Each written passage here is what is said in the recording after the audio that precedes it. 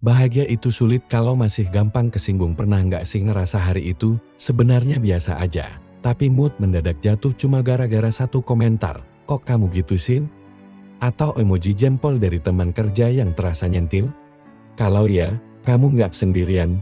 Banyak dari kita hidup di era serba cepat, chat balas cepat, komentar pun cepat, dan sensitivitas pun ikut naik. Masalahnya, mudah tersinggung bikin bahagia jadi susah mampir. Bukan karena hidupmu kurang bagus, tapi karena otak dan hati lagi sibuk memadamkan kebakaran kecil yang datang bertubi-tubi. Kali ini, kita akan bahas kenapa gampang tersinggung bikin susah bahagia. Apa yang terjadi di otak dan emosi kita, kenapa gampang tersinggung menghambat bahagia. Secara evolusi, otak manusia dilengkapi sistem alarm untuk mendeteksi ancaman.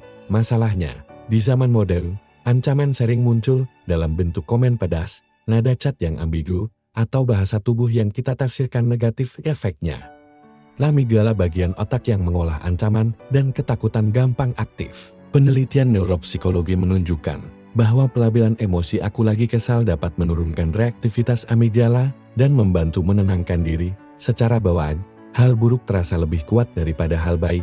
Satu kritik bisa menutupi 10 pujian. Ini disebut negativity bias. Kalau kita mudah tersinggung, bias ini makin kuat. Yang kita ingat bukan 90% hal baik, tapi 10% hal yang nyentil. Otomatis, skor kebahagiaan harian jatuh. Ketika hati kepancing, pikiran cenderung muter-muter mengulang kejadian. Kenapa dia ngomong gitu ya? Maksudnya apa? Riset menunjukkan ruminasi terkait dengan meningkatnya kecemasan dan depresi. Semakin sering kita replay kejadian yang bikin tersinggung, semakin lama mood terperangkap di nada minor. Bahagia itu, di level paling basic, banyak ditopang oleh kualitas hubungan. Orang yang temperamental atau mudah tersulut cenderung mengalami konflik interpersonal lebih sering. Kalau tiap percakapan terasa seperti medan ranjau, keintiman dan rasa aman turun, dan kebahagiaan ikut turun. Respon tersinggung itu bukan cuma mental, tubuh ikut tegang. Riset lama tentang kemarahan, permusuhan, dan kesehatan menunjukkan keterkaitan dengan peningkatan beban fisiologis, misalnya tekanan darah dan respon stres. Kalau tiap hari ada mikro anger, energi habis buat reaktif. Bukan untuk menikmati hidup. Tersinggung itu emosi atau pola. Tersinggung itu bisa muncul karena dua hal.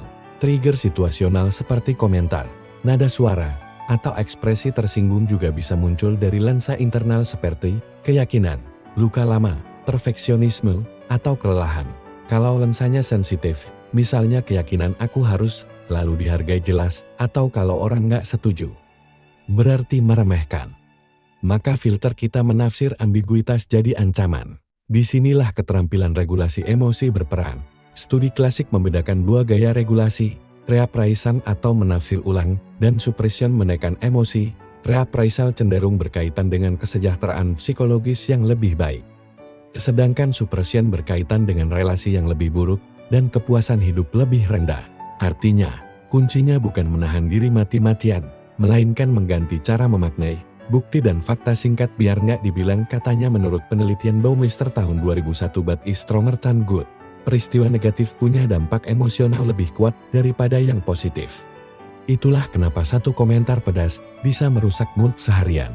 Menurut penelitian Nolan Hoeksema tahun 2000, ruminasi meningkatkan risiko gangguan mood. Makin sering mengulang pikiran negatif, makin berat mood. Menurut penelitian Tusaim tahun 2015, forgiveness atau memaafkan berhubungan positif dengan kesehatan mental dan fisik, dan masih banyak lagi sumber penelitian lainnya. Rujuk pola yang bikin kita gampang kesinggung. Personalization, dia ngomong gitu, pasti nyindir aku. Main trading, mengira-ngira isi hati orangnya. Lord nothing, sekali beda pendapat sama dengan kamu nggak respect aku. Overgeneralization, satu kejadian jadi selalu, atau semua. Low battery, kurang tidur, lapar, capek, sensitivitas naik tajam. Luka lama, komentar hari ini menyentuh pola lama, misal, rasa tak dihargai, perfeksionisme sosial, ingin selalu kelihatan benar atau rapi. Batasan sehatnya adalah bukan baper, bukan juga terserah, penting dibedakan. Tidak mudah tersinggung bukan berarti pasrah. Kita tetap berhak bilang tidak, atau aku nggak nyaman, badannya. Cara penyampaian, tegas lembut. Ini asertif, bukan defensif. Riset komunikasi menunjukkan gaya asertif lebih efektif menjaga hubungan dibanding agresif atau pasif. Mari berlatih untuk melembutkan hati Dan menguatkan batas bahagia itu bukan soal bebas konflik, tapi punya jarak sehat antara pemicu dan respons. Di saat kamu tidak lagi gampang tersinggung, kamu bukan jadi kebab, tapi lebih bijak, peka pada nilai dirimu.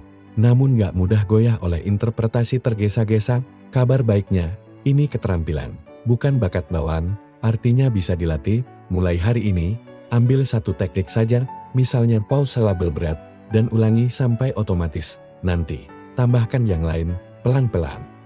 Hati menebal dengan cara yang lembut, dan ruang untuk bahagia jadi lebih lega.